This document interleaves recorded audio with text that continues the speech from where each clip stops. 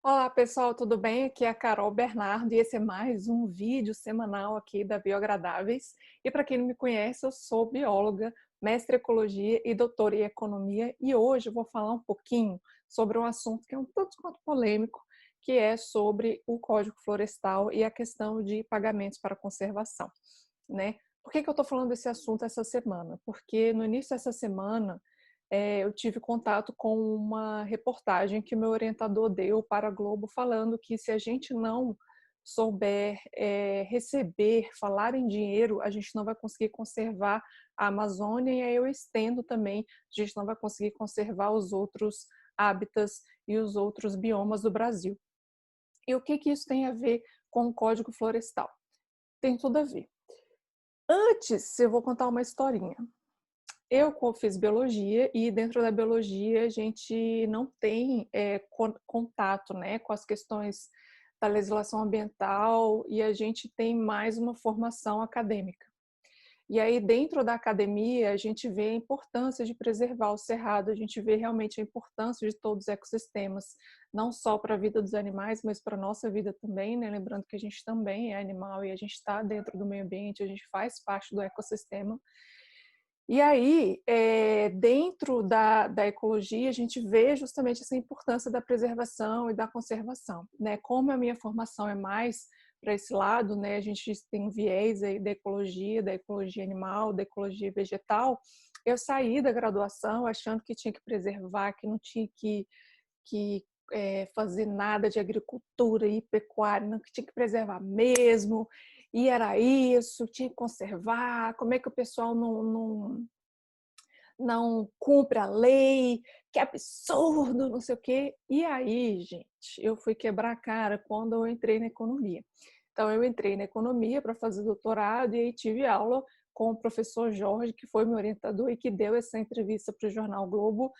E aí ele deu um exemplo assim maravilhoso, que era justamente a questão do Código Florestal. No Código Florestal a gente fala que a gente não, né? Está lá estipulado por lei que na Amazônia 80% de qualquer propriedade rural deve ser preservada e 20% destinada para a agricultura, né? Para o proprietário de terra desenvolver aí suas atividades econômicas que eles querem desenvolver, seja pecuária, seja agricultura, mas que 80% da terra dele deve ser destinada para a preservação, uma vez que o bioma tem uma importância, a gente sabe que o bioma amazônico tem uma importância não só para nós, mas para o mundo inteiro.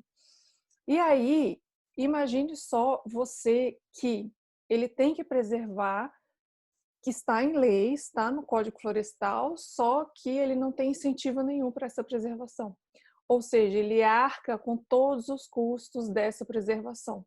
E a gente que se beneficia, gente, nós, população todos, porque a gente sabe que quando chove lá na Amazônia, essa água é trazida por meio de nuvens e também por meio do lençol freático para a região central, para a região do sudoeste, né? Ou desculpa, do sudeste e do sul do Brasil e do centro-oeste também. Logo a gente vê que a Amazônia tem uma importância para todos nós. Só que a gente está imputando esse custo ao proprietário rural. Ou seja, a gente tem um benefício, é um benefício social da preservação da Amazônia, né? Ou seja, todos nós colhemos desse benefício, mas a gente está fazendo com que somente uma pessoa pague, né? Ou poucas pessoas paguem por isso, né? E aí eu sempre faço analogia de casa. Imagine que você tem um apartamento de 100 metros quadrados ou uma propriedade de 100 metros quadrados. E aí você tem que destinar 80% da sua propriedade, por exemplo, 80 metros quadrados para o Estado. E aí você fala assim, olha, qualquer pessoa pode vir, pode aproveitar, só que o custo é todo seu. Você paga 100 metros quadrados do IPTU, você paga 100 metros quadrados do aluguel, você paga tudo, mas 80% vai para o Estado, vai para a população, para todo mundo ter o benefício. É ruim, não é? Você se sentir muito mal, você fala, porra, tô pagando, mas aí tá todo mundo aproveitando. E é isso que a gente faz com o proprietário rural lá da Amazônia, do Cerrado, de qualquer região do Brasil. Óbvio, na Amazônia você tem o maior percentual de preservação da terra justamente pela importância que a Amazônia tem. Mas no Cerrado, a gente também imputa 20% que o proprietário rural tem que arcar, né, os custos que ele tem que arcar para a preservação do Cerrado para o bem de todos nós. Né? E na Mata Atlântica a mesma coisa, no Pampa a mesma coisa. Então, no Brasil inteiro, a gente tem esses percentuais de propriedade privada que devem ser preservados justamente para o bem comum, para o benefício social, mas a gente não dá nenhum incentivo para esses proprietários efetivamente cumprirem a lei. E é aí que vem os incentivos econômicos ou os instrumentos econômicos que tem nas legislações ambientais. E a gente vai falar justamente da importância da iniciativa privada também na conservação, uma vez que os custos privados, quem arca é o proprietário rural, por exemplo, né?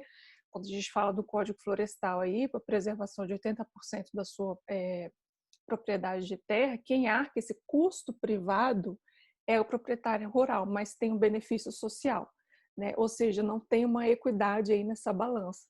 E aí, na hora que eu percebi isso fazendo economia, eu falei, pô, sabe assim, tipo, o cérebro amplia, né, nosso estado de consciência e vê realmente que as leis, não, essa lei não é igualitária, né? Ou seja, o benefício é para todos, mas quem arca com os custos são pequenos proprietários de terra e isso é completamente injusto. E é por isso que tiveram tantas medidas provisórias e tantos embates entre ambientalistas, né?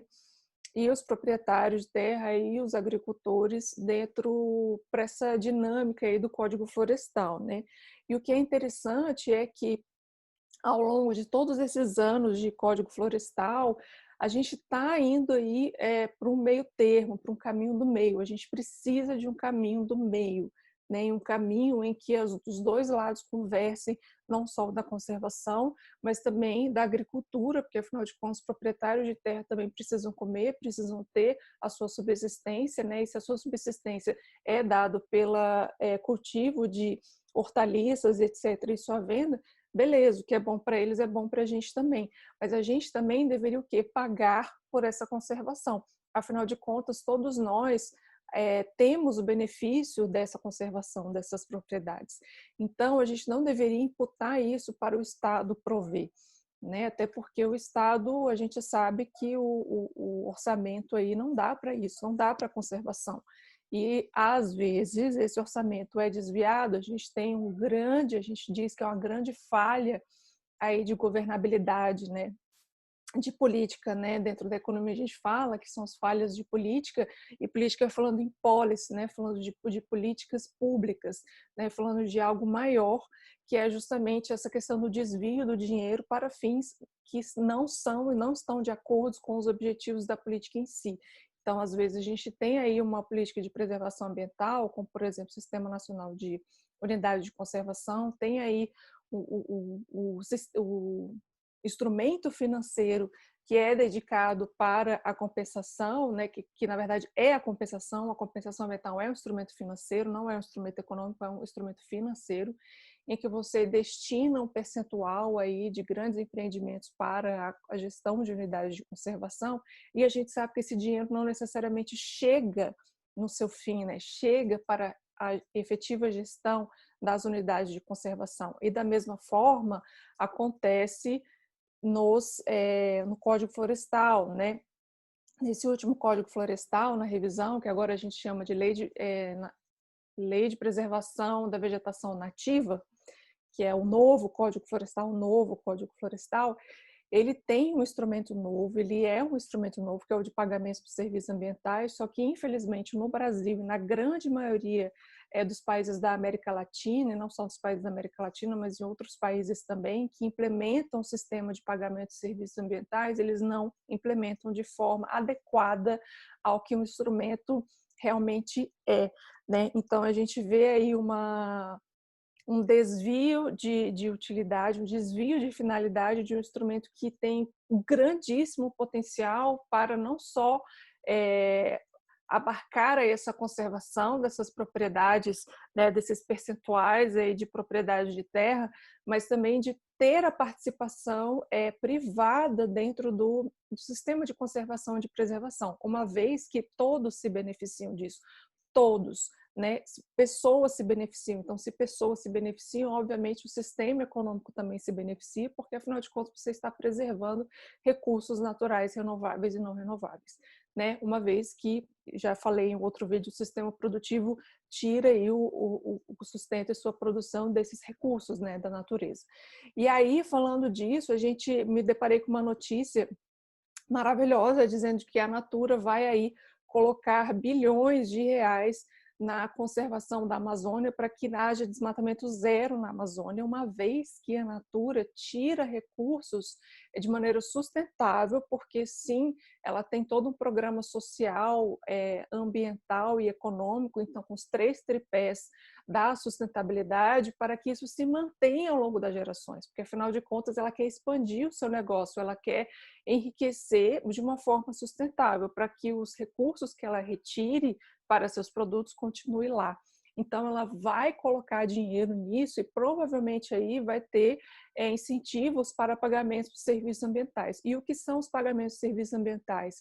Os pagamentos de serviços ambientais nada mais é do que um instrumento econômico de política, mas não confunda o instrumento econômico de política com a necessidade de ter um governo aí atuando como pagador do serviço, né? Então, pagamento de serviço ambiental é se alguém tem algo a oferecer, um serviço ambiental a oferecer, né? E por trás a gente tem um serviço ecossistêmico e um bem aí ecossistêmico é tirado do ecossistema.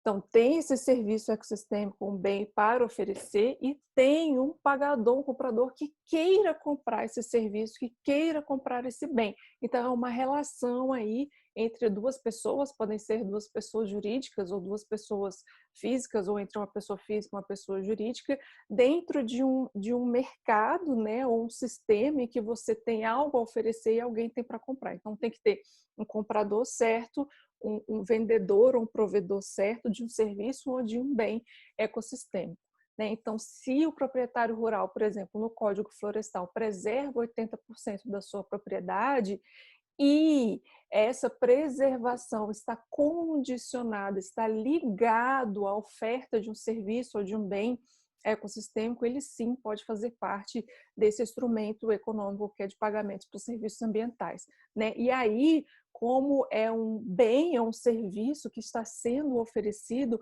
qualquer pessoa que esteja interessada nesse bem, que esteja interessada nessa troca, pode pagar para que o proprietário de terra conserve esses 80% ou até mais, para que provenha esse tipo de serviço. Esse tipo de serviço pode ser serviço de turismo, pode ser um bem, né? Pode ser castanha, pode ser açaí, pode ser palha para fazer casas, pode ser mesmo, se tiver, obviamente, a causalidade de que aquela conservação vai continuar provendo esse serviço, esse bem que o comprador está interessado, isso sim se configura como pagamento de serviço ambiental. Uma vez que essa causalidade ou essa condicionalidade não é feita, não é muito bem um pagamento de serviços ambientais. São outras questões, outros instrumentos econômicos que eu posso vir falar mais para frente. Mas é essa que é a questão. E é por isso que é importante a iniciativa privada entrar nesse sistema. Aí você fala assim, mas Carol, mas o Estado não vai fazer nada? Claro que vai. O Estado vai colocar as regras, né? Assim, quais são as regras? Né? O que acontece se alguém não cumprir essas regras, né? Ele vai estar ali meio que de observador e tentando fazer com que esse mercado se estabeleça de uma forma equitativa e igualitária para os 2 lados, né? Mas o dinheiro não necessariamente tem que vir do Estado, né? Pode vir também do sistema privado. E é por isso que a gente precisa começar a falar de dar valor, sim, dar valor em dinheiro para a conservação e saber falar de dinheiro se a gente quer ter esses serviços ecossistêmicos e bens ecossistêmicos sendo providos por mais tempo, ou seja, ter toda uma sustentabilidade aí de ecossistemas e de biomas, não só para a nossa geração, como para futuras gerações. Eu sei que eu falei de várias coisas, eu espero que tenha ficado claro. Se não ficou claro, coloca aí nos comentários, fala o que você pensa sobre isso, para a gente dialogar melhor, porque eu acho que o diálogo e a comunicação é a melhor das opções para a gente fazer esses 2 mundos, né? Seja o econômico, seja o ambiental, seja o da agricultura, seja o do meio ambiente, aí dialogar e fazer um serviço melhor aí para todos. Beleza? Eu espero que vocês tenham gostado desse vídeo. Se você gostou, aperta no curtir. Se você acha que alguém vai se interessar por esse tema, coloque aí, compartilha para essa pessoa. Aperta no balangandã, porque toda semana tem vídeo novo nesse canal. Hoje foi excepcionalmente na quinta-feira, mas semana que vem teremos todas as quartas-feiras. Um beijo a todos e até o próximo vídeo.